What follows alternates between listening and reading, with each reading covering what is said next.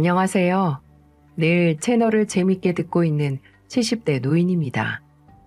머리 검은 짐승은 거두지도 말라는 말 많이 들어보셨죠? 저는 오히려 머리 검은 짐승을 거뒀기에 70평생 가장 행복한 나날을 보내고 있답니다. 사주에 배우자 복이 박복하다고 나와 있는지 못 모를 때 만난 남자와 죽지 못해 살다가 게으르고 무책임한 모습에 치가 떨려서 30 넘겨서 이혼을 했네요. 전 남편은 하나 있는 아들 양육권마저 모두 제게 떠넘기고 잠적을 해서 세상에는 어린 아들과 저 둘만 남게 되었습니다. 그나마 제가 그 인간 대신 일을 하고 있었기에 망정이지 믿을 구석이 한 곳이라도 없었으면 정말 힘들었을 겁니다.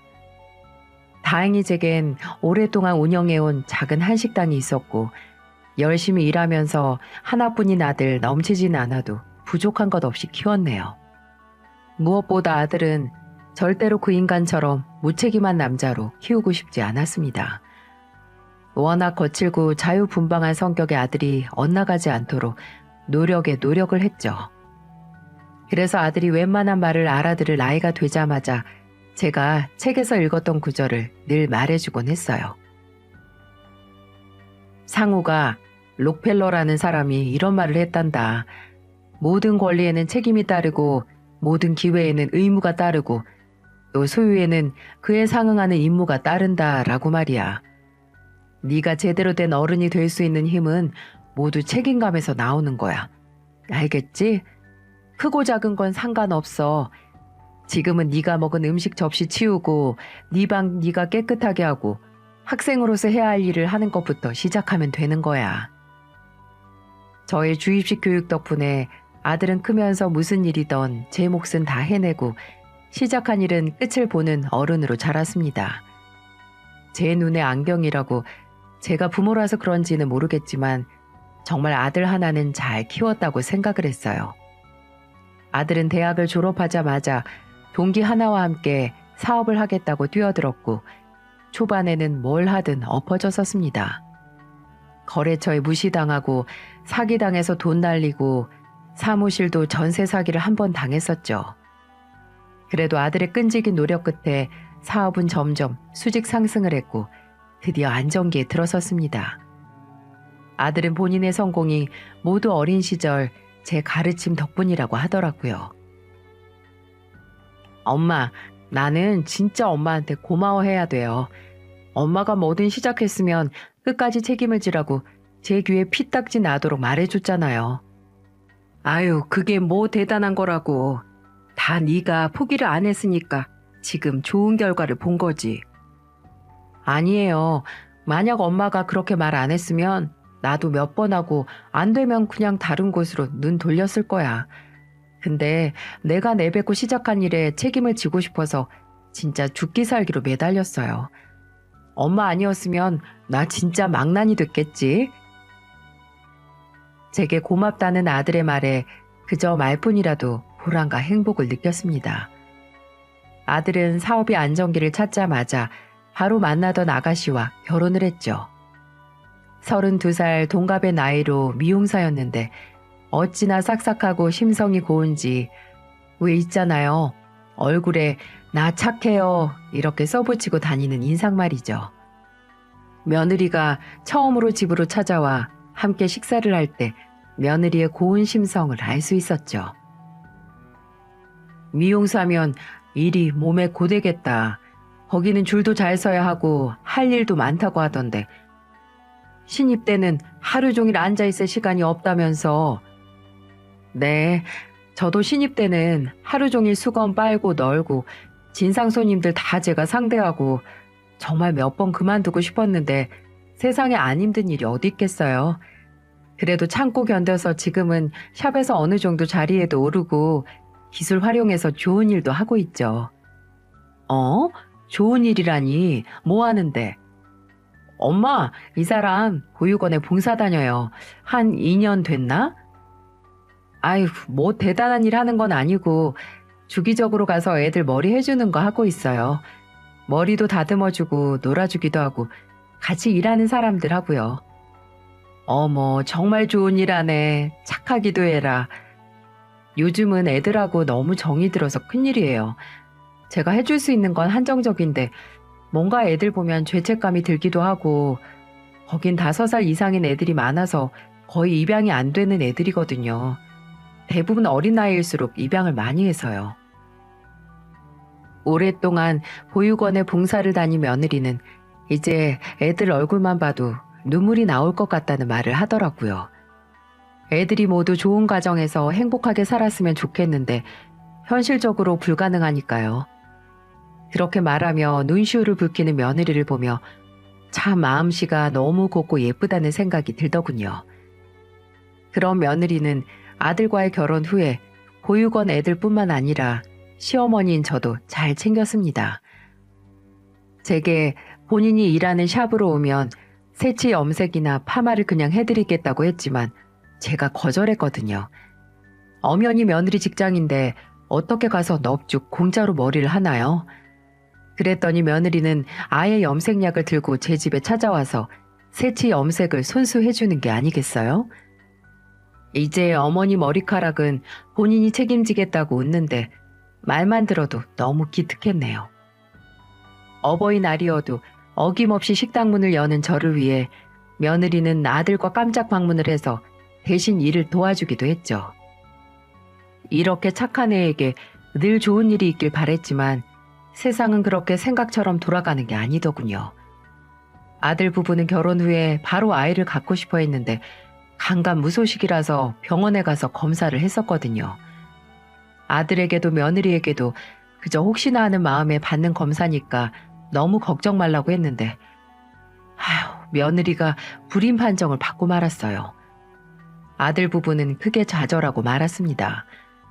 둘 다 아이를 정말 좋아하고 결혼하면서도 제게 빨리 손주 안겨드리겠다고 했었는데 무엇보다 며느리는 본인 몸 문제 때문에 친자식을 팔에 품을 수 없다는 것에 큰 충격을 받고 말았죠.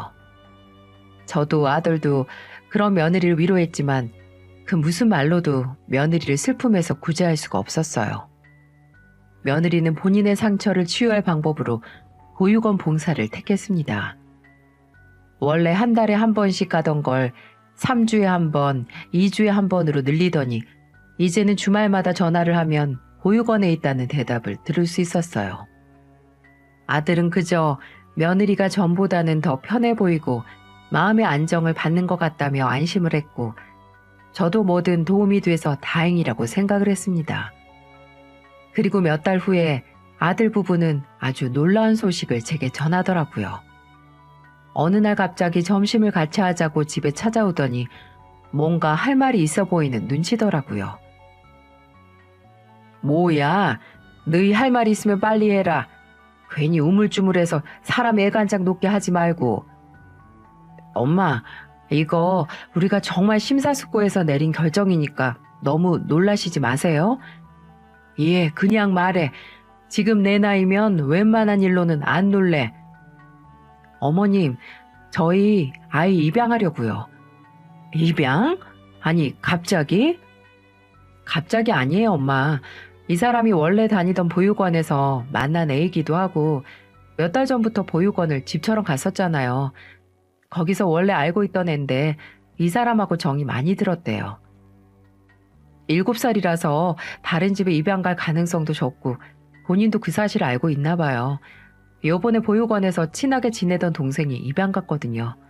그 후로 의기소침해져서 보기만 해도 안쓰러워요. 그래, 뭐 나도 입양 마음 먹은 건 잘 됐다고 생각하는데 그저 안쓰럽고 마음 간다고 해서 이게 덜컥 저지를 일이 아니잖니. 정말 한 사람 인생을 책임지는 일인데 괜찮겠어? 나는 혹시 너희가 순간의 감정에 휩쓸려서 결정하는 건 아닌가 그게 걱정이다.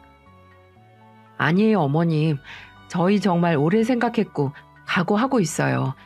순간적인 감정이 아니라 정말 저희 자식으로 받아들이고 함께 살고 싶어요. 자식 키우는 게 제 자식도 상황이 조금만 안 좋아져도 모른 척하고 회피하고 싶어지는 게 사람 마음이다. 근데 정말 할 수 있겠어? 네, 어머니. 저 진짜 마음 굳혔어요. 이 사람도 동의했고요. 맞아요, 엄마. 우리 진짜 진심이에요. 이왕 데려올 거 기회가 없는 애 데려와서 잘 키우는 게 맞는 거라고 생각하기도 하고요. 좋은 일이긴 하지만 걱정이 되는 건 어쩔 수가 없었습니다. 자식 키운다는 게 보통 일도 아니고 남의 애를 데려다가 키우는 건 더 힘든 일이니까요. 하지만 아들 부부의 단호한 눈빛을 믿기로 했어요. 저야 핏줄이든 아니든 내 아들이 내 며느리가 자식이라고 부르는 손주는 언제든 환영이었으니까요. 아들 부부는 아이의 입양 신청서를 작성해 입양기관에 넣었고 입양 부모에 대한 상담과 교육도 받고 가정조사도 함께 받았습니다. 아이를 입양해서 잘 키울 수 있는 가정인지 확인하는 절차라고 하더군요. 다행히 아들도 며느리도 입양을 할 수 있는 충분한 자격이 검증되어 가정법원의 승인을 받았고 길고도 설레는 준비 끝에 아이를 친양자로 올릴 수 있었습니다. 아직도 제 첫 손주를 만나는 날이 생각이 나네요. 아이가 집에 왔다는 말에 저는 버선발로 아들네 집을 찾아갔죠. 한 달 전부터 아이를 주기 위해 사준 장난감과 학용품을 바리바리 싸들고 말입니다. 저도 참 생각이 없지 만나자마자 어느 정도 가까워질 줄 알았는데 당장 아이를 만나는 게 꿈만 같아서 상처가 있는 아이라 조심스러워해야 한다는 걸 잊은 거죠. 처음 마주한 아이는 조용하고 아주 낯을 많이 가리는 아이였습니다. 어딘지 불안하고 겁먹은 눈빛으로 이리저리 살펴볼 뿐이었죠. 은우야, 인사해. 할머니셔. 아빠의 엄마. 아들이 손주에게 저를 소개시켜 주었지만 손주는 그저 큰 눈망울을 꿈뻑일 뿐이었습니다. 아무래도 낯선 환경에서 낯선 사람을 마주한 거라 그런지 쉽게 입을 열지 않더군요. 손에 새 장난감을 쥐어줘도 그저 만지작거릴 뿐 가지고 놀지도 않았고요. 그때 알았어요. 아, 천천히 시간을 들여서 가까워져야겠구나. 나 혼자 좋아서 다가간다고 해도 오히려 애가 겁을 먹겠구나 하고요. 그때부터 저에겐 은우와 친해지기 숙제가 생겼습니다. 식당 일로 손주를 자주 만나지 못하는 저는 손주에게 매일같이 편지를 쓰기 시작했어요. 할머니는 오늘 뭘 했고 뭘 먹었는데 은우는 뭐 했니? 이런 정말 심심하고 일상적인 내용의 편지를 말이죠. 며느리는 아이가 집에 온 지 얼마 안 됐기에 적응 기간으로 일을 잠시 쉬고 있었고 며느리를 통해 손주에게 편지를 건넸죠. 그렇게 제가 보낸 편지가 30통 정도에 달했을 때 아들 부부를 따라 저희 저녁 식사를 하러 온 손주가 입을 열더군요. 할머니, 저 오늘 엄마랑 아빠랑 연극 보고 왔어요. 그리고 점심에는 짜장면 먹었어요. 어머, 정말? 좋겠네. 할머니는 점심에 생선찜 해서 먹었는데 나중에 헬미랑도 짜장면 같이 먹자. 네. 그게 손주와 처음 나눈 대화였어요. 아, 정말 이때 기쁨은 이루 말할 수가 없더라고요. 손주는 그게 시작인 것처럼 제게 다가오기 시작했어요.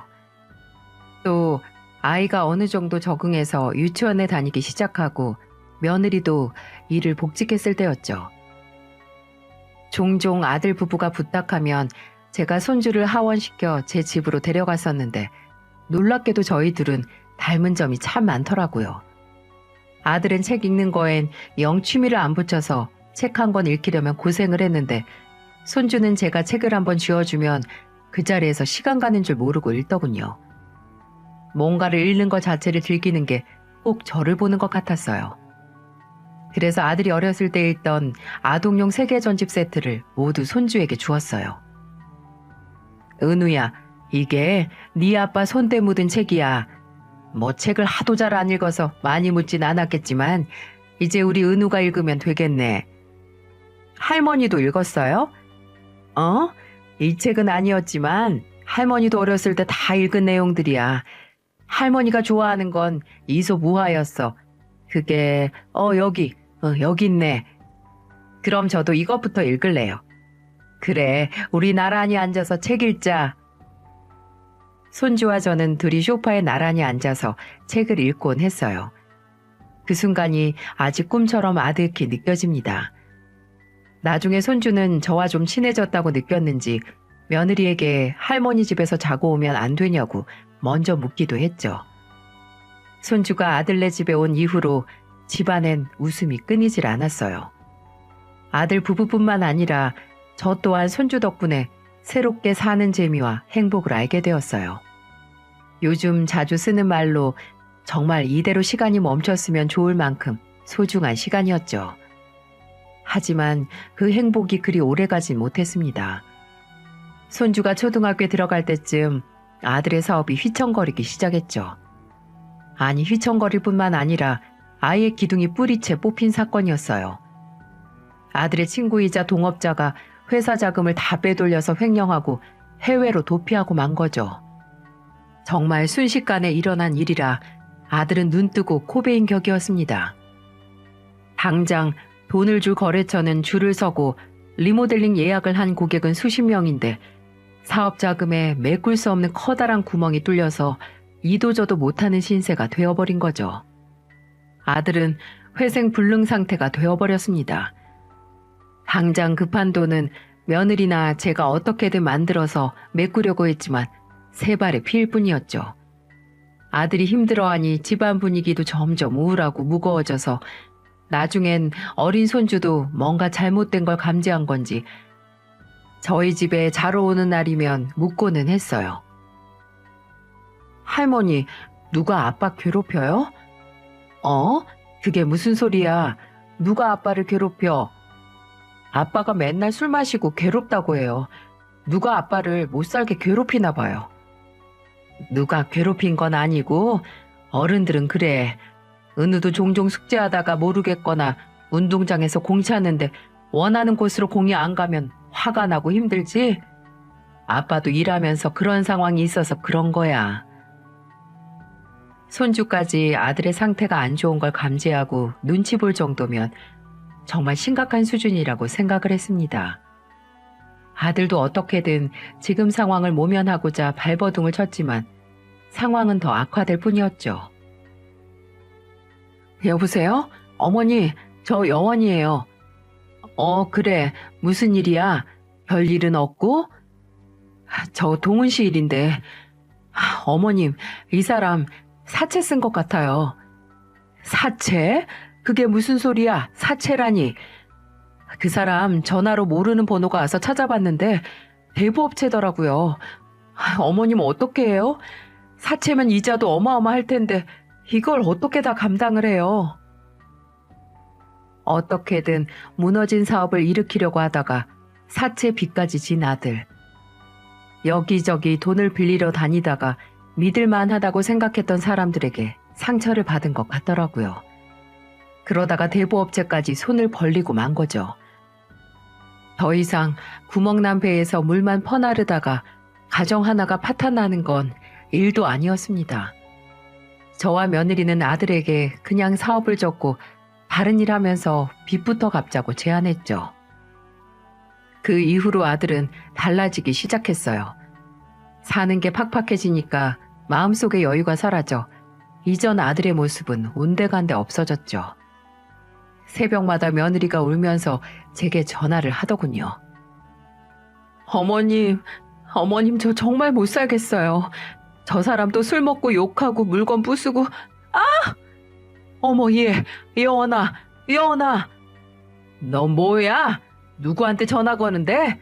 당장 안 끊어? 당신 정말 왜 이래?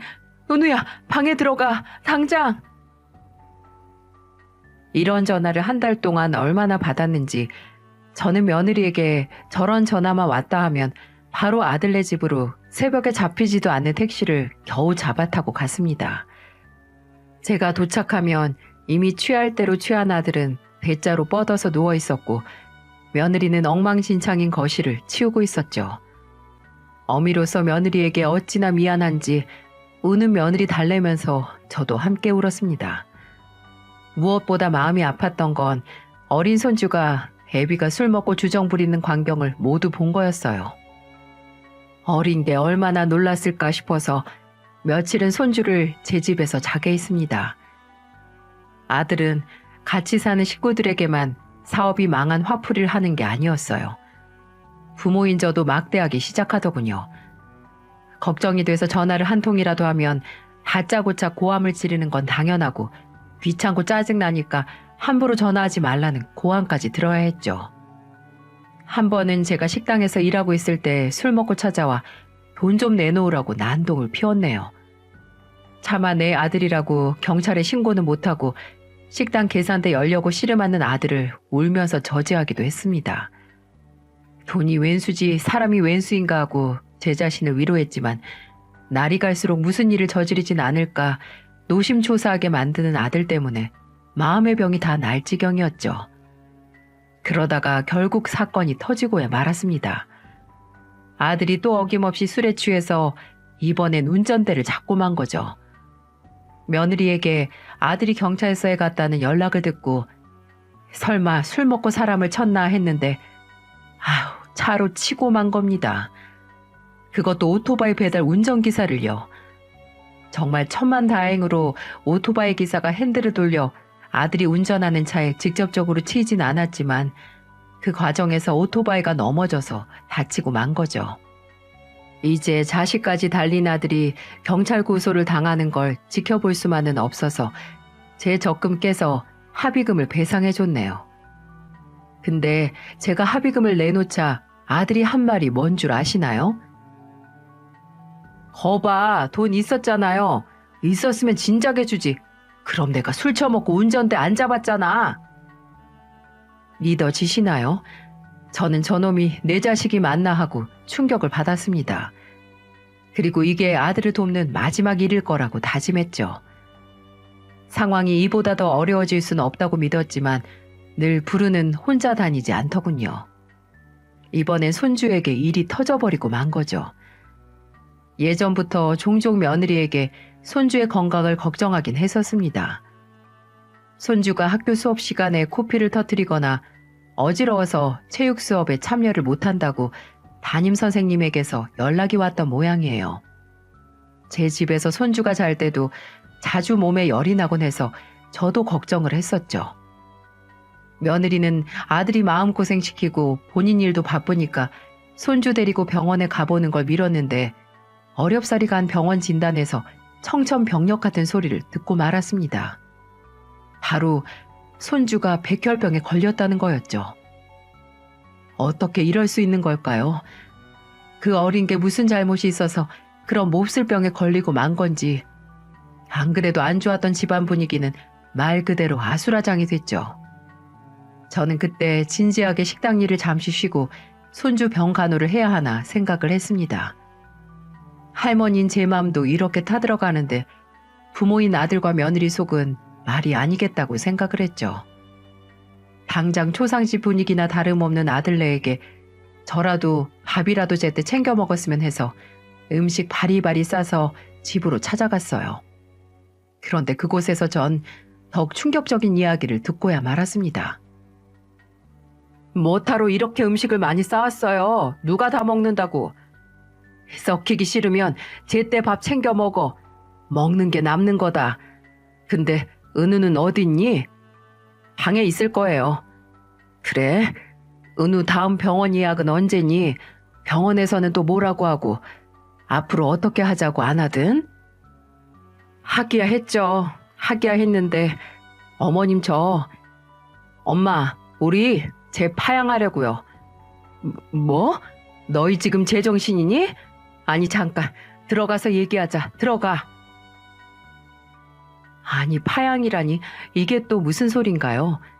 사람을 데려다가 키우다가 다시 돌려놓는 게 이렇게 쉽게 말할 수 있는 일인가요?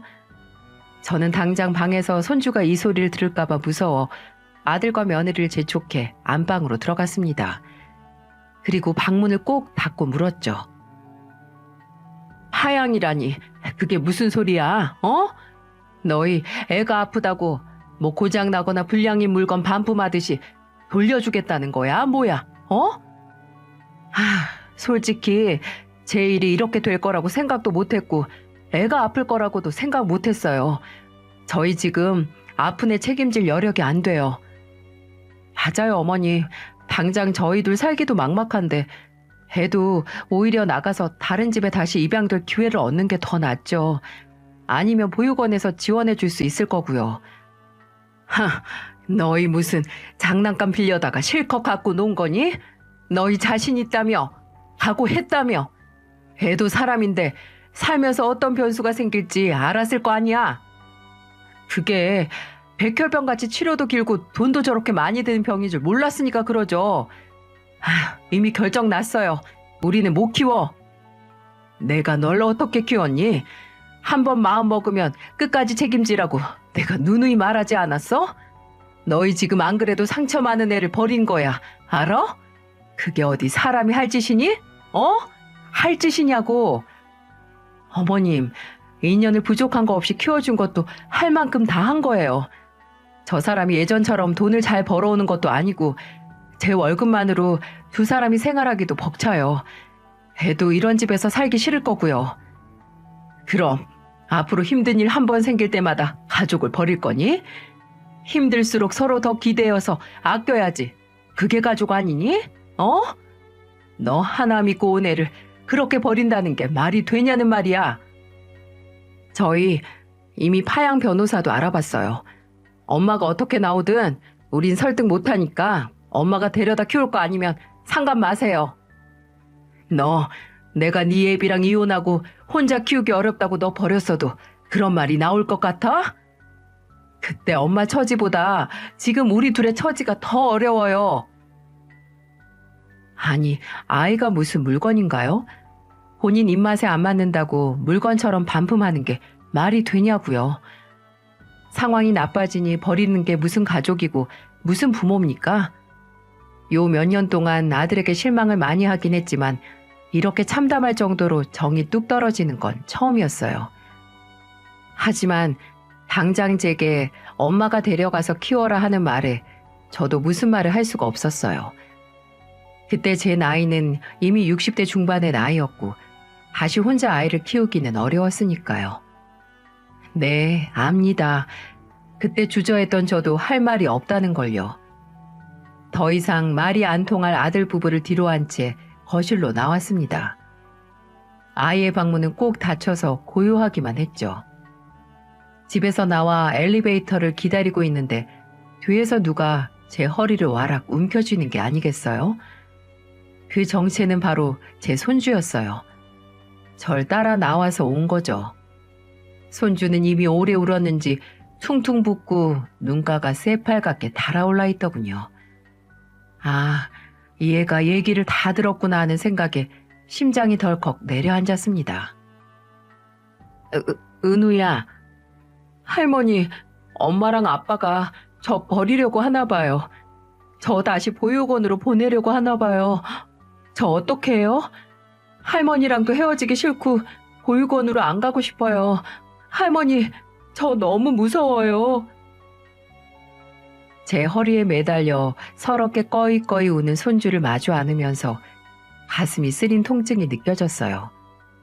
손주의 우는 모습을 보고 심장을 에이는 고통을 느꼈죠. 저는 손주의 작은 머리통을 쓸어내리며 말했습니다. 아니야, 은우야. 보육원에 갈 필요 없어. 할머니랑 가자. 할머니랑 살면 돼.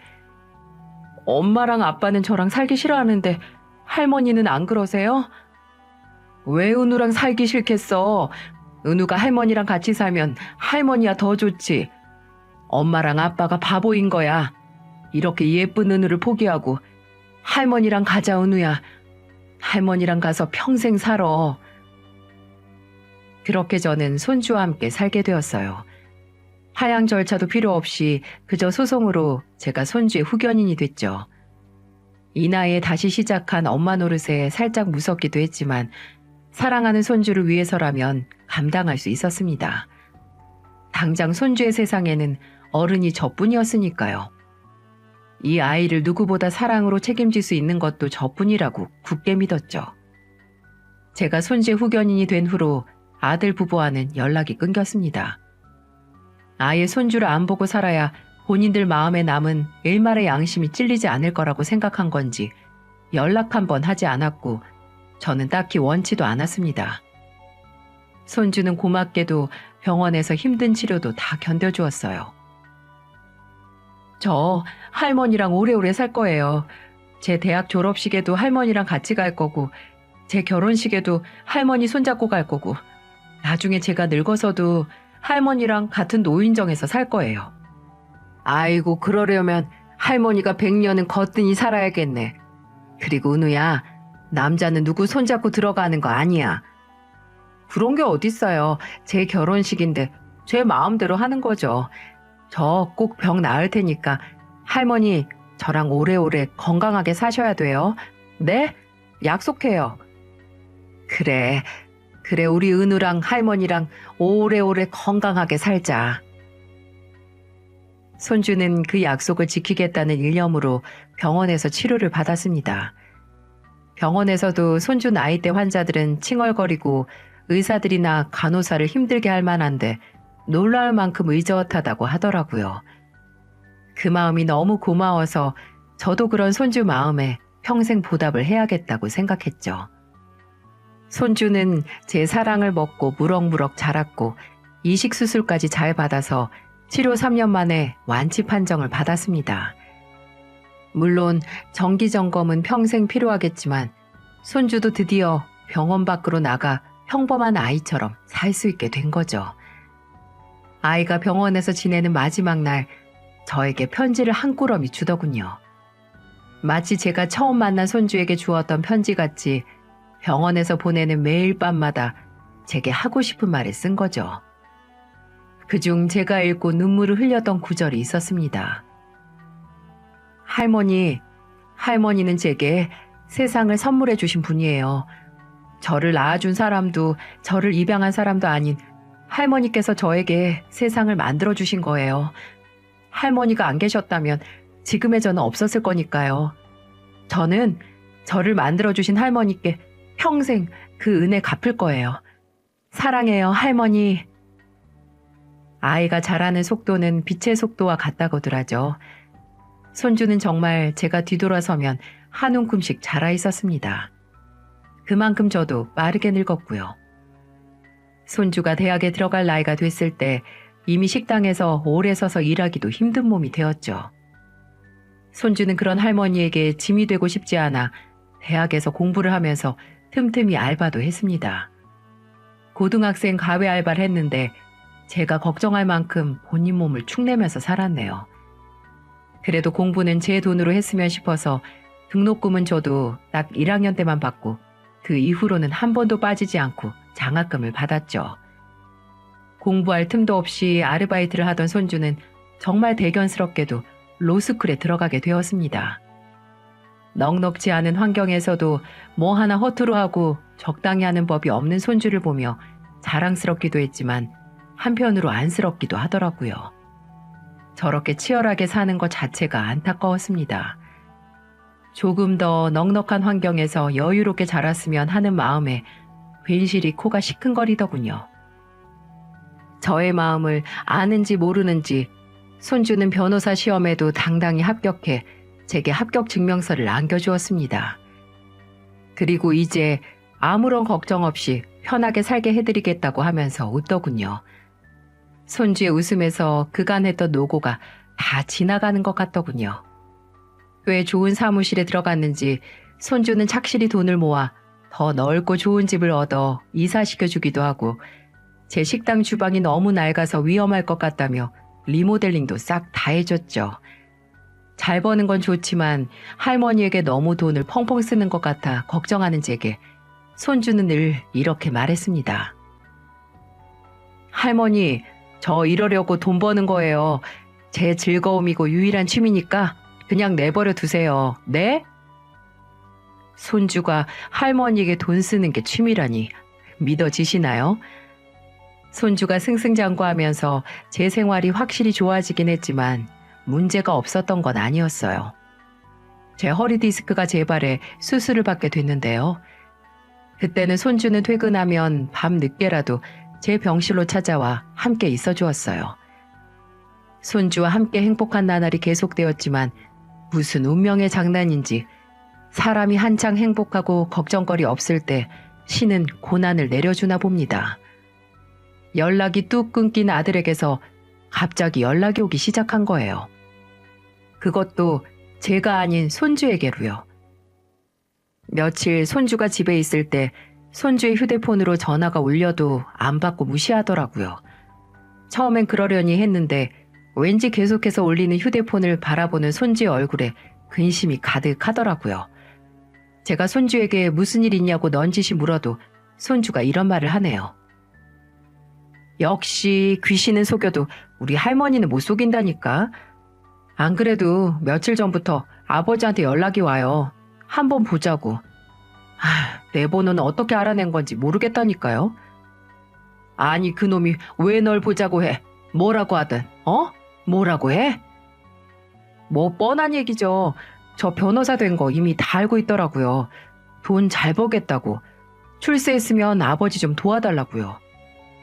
아니 뭐 그런 염치 없는 인간이 다 있어? 내 자식이지만 정말 끝이 없구나. 끝이 없어. 근데 은우 너 설마? 아우 할머니 날 뭘로 보고. 당연히 거절했죠. 연락하지 말라고도 했고. 나 일하는 사무실에도 한번 와서 다시 한번 찾아오면 법대로 처리한다고 엄포도 놨어요. 정말 다시 오면 접근 금지라도 신청해야지. 그러니까 걱정 마세요 할머니. 손주는 걱정하지 말라고 웃었지만 저는 제 자식을 알지 않습니까? 아들놈이 순순히 단념하지 않을 것 같았죠. 아니나 다를까 손주가 거절하니 이제는 저를 찾아오기 시작하더군요. 집을 모르니 주소를 아는 식당으로요.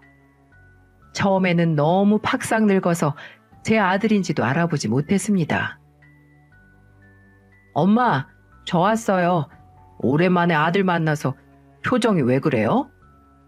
네가 여길 왜 와? 먼저 연 끊은 놈이 여기는 왜 오냐고. 아휴, 내가 끊고 싶어서 끊었어요? 다 먹고 살기 힘드니까 자연스럽게 그렇게 된 거지. 근데 엄마, 은우 잘 키웠대? 아니 그 녀석이 변호사가 됐을지 상상도 못했지 진짜. 그래서 뭐 아내랑 같이 버리려고 한 아들 변호사 됐다고 찾아온 거냐? 뭐 얻어먹을 거 있나 없나 보러 온 거야? 에이 무슨 말을 그렇게 해요. 그리고 아내는 무슨. 나 이혼했어요. 뭐 그래도 나도 서류상 아직 아버지니까 도움 받을 수 있으면 받고 싶다는 거지. 엄마 지금 사는 그 아파트 전세가 아니라 자가라던데 누구 명의예요? 거기 터가 좋아서 금방 오를 것 같은데. 네가 사람이니? 사람이야? 아무리 내 속으로 나왔다고 하지만 이해가 안 간다. 너 내가 분명 말했지? 권리는 책임으로부터 나온다고. 너 어릴 때부터 누누이 내가 말했잖니. 어디서 의무도 안 한 놈이 권리만 찾고 있어? 아 진짜 팍팍하게 구네. 그럼 은우 그 자식 잘 된 게 다 엄마 덕이라 엄마만 덕본다고요? 나 아니었으면 엄마 은우 만나지도 못했어. 내가 데려다가 키웠으니까 엄마가 은우 만난 거지. 그딴 소리 할 거면 당장 나가. 당장 나가라고. 어디서 굴러먹다 온 불량배와 같아진 아들을 보고 통탄스러웠습니다. 그리고 경찰을 부르겠다고 하자 그제서야 식당에서 나가더군요. 아휴, 저런 놈을 낳고 내가 미역국을 챙겨 먹었구나라는 생각에 비참해졌어요. 손주에게는 차마 아들이 찾아왔었다고 말하지도 못했네요. 괜히 일로 바쁜 애 속만 시끄럽게 할까봐 가슴속에 묻었죠. 하지만 그건 저의 큰 실수였습니다. 며칠 뒤 식당 직원들도 먼저 집에 보내고 저 혼자 내일 식당에서 쓸 야채만 다듬고 퇴근하려고 했습니다. 주방 정리하고 불 끄고 식당을 나서려는데 아들이 그곳에 서 있더군요. 이번에는 술 냄새를 풀풀 풍기면서요. 시뻘겋게 충혈된 아들의 눈에서 뭔가 잘못됐다는 걸 느꼈어요. 왜 또 온 거야? 술까지 먹고. 엄마 혼자 호사 누리겠다 이거야? 아들 고생하는 건 신경도 안 쓰지? 너 많이 취했다. 그냥 가라. 이 늙은 엄마 더 고생시키지 말고 얼른 가. 에휴, 지금 살고 있는 그 집이라도 내놔. 나도 아들 덕에 좋은 집에서 호사 좀 누립시다. 그렇게 말한 제가 아들을 식당 밖으로 끌어내려고 하자 아들은 저를 밀어 잡아뜨렸어요. 바닥에 내리꽂혀진 충격으로 눈앞이 번쩍 하더군요. 아들은 몇 번 저를 발로 차더니 그대로 내뺐습니다. 자식에게 얻어맞은 부모의 심경을 아마 상상도 못하실 겁니다. 그때의 그 수치스러움과 그 고통은 이루 말할 수 없을 정도로 사람을 추락시키죠. 저는 부들부들 떨리는 손을 어떻게든 움직여서 손주에게 전화를 걸었어요. 손주는 제 목소리가 흐느껴 떨리는 걸 듣고 놀라 당장 어디냐고 물었죠. 그리고 손주가 와서 저는 자초지종을 다 설명했습니다. 손주는 불같이 화를 냈고 당장 그 인간을 가만히 두지 않겠다고 했어요. 그리고 제 몸에 든 멍과 식당 CCTV를 확인한 후에 저를 데리고 병원으로 갔죠. 손주는 진단서를 떼서 폭행죄로 고소를 하겠다고 하더군요. 그렇게 손주는 경찰에 신고를 해서 아들을 고소했고 아들은 경찰에 체포됐습니다.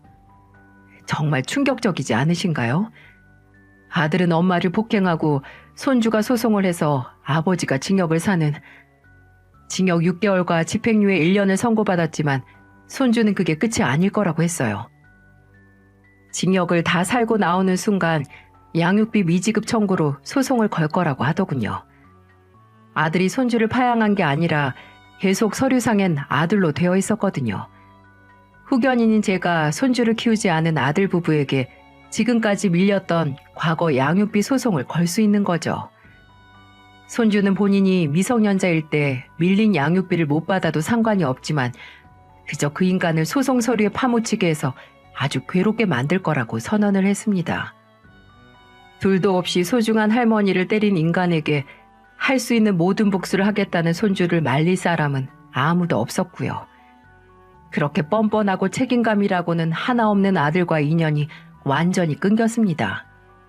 손주는 계속 소송을 진행 중이지만 저에게는 알려주지 않고 있어요. 아무래도 제 아들이니 제가 알면 좀 속이 상할 거라고 생각하는 거겠죠. 그 이후로 식당도 접었습니다. 점점 더 안 좋아지는 허리 통증 때문에 손주가 은퇴를 제안했거든요. 그렇게 집에서 손주 밥만 해주며 다 큰 손주가 언제까지 할머니랑 둘이 살까 걱정하고 있는데 다행히도 좋은 소식이 들리더군요. 바로 손주가 같은 사무실에서 일하는 변호사와 결혼을 한다는 거였죠. 저는 드디어 손주가 제게서 졸업하는구나 하며 기쁘면서도 씁쓸한 마음이었는데 손주는 당연히 저를 모시고 살 생각을 하더라고요. 결혼할 여자도 동의했다면서요. 설마 본인과 한 약속을 잊은 거냐며 묻는데 그저 웃음만 나더라고요. 평생 함께 살자던 손주와의 약속의 기한이 이렇게 길지 몰랐거든요. 지금도 손주는 결혼한 손주 며느리와 함께 저를 모시며 살고 있습니다. 끼리끼리라는 말처럼 어쩜 본인과 똑 닮은 성격의 아가씨를 찾은 건지 손주 며느리도 똑 부러지고 성격이 아주 착하고 선합니다. 목욕탕에서 땀 빼는 걸 좋아하는 저를 위해 매주 주말마다 함께 목욕탕에 가주는데요. 일하느라 힘드니까 집에서 쉬라고 해도 행여제가 목욕탕에서 넘어지거나 사우나에서 기절하면 어쩌냐고 꼭 따라오네요. 사람들이 피는 물보다 진하다고 하고 피부치가 최고라고 하지만 피 한 방울 섞이지 않은 손주가 제 평생 하나뿐인 가족이 될 줄 누가 알았겠나요? 아무리 배 아파 나았어도 그저 뒤돌면 남인 게 부모 자식이라는 걸 아들을 보며 알았고 뒤를 돌아도 늘 제 곁을 지키는 게 피 한 방울 섞이지 않은 손주라는 걸 보고 새삼 놀랍기만 합니다. 낳은 정보다 역시 기른 정이 최고입니다, 여러분. 어디서 만나든 어떻게 만난 인연이든 그저 진심으로 사랑을 준다면 그 인연이 평생의 인연이 되는 건가 봐요. 제 나이 이제 80을 바라보고 있고 제 아들도 며느리도 포기하려던 검은 머리 손주를 거두면서 사랑이 가득한 가족을 만들게 되었죠. 살아있는 생명을 포기하지 않고 끝까지 책임지니까 이런 행복을 다 누린다고 생각합니다. 모든 행운과 기회, 권리는 무언가를 책임지는 순간부터 시작되겠죠. 제 이야기를 들어주신 모든 분들도 이런 행복과 기회를 꼭 잡으시길 바랍니다. 함께 해주셔서 감사합니다.